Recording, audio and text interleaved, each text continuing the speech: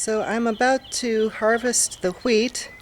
As you can see, this is not a huge, gigantic wheat bed. This is just a little garden bed in my garden.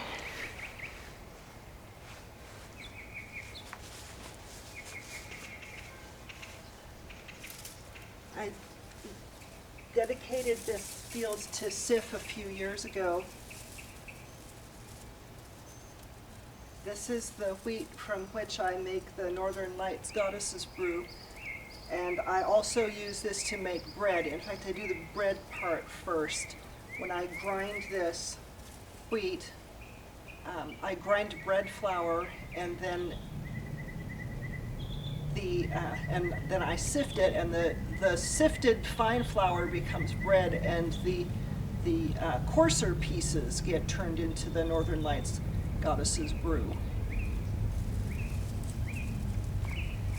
This is going to be the first cut.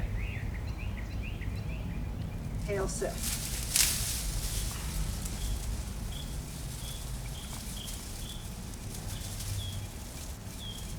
Harvested wheat goes in this little harvest basket, and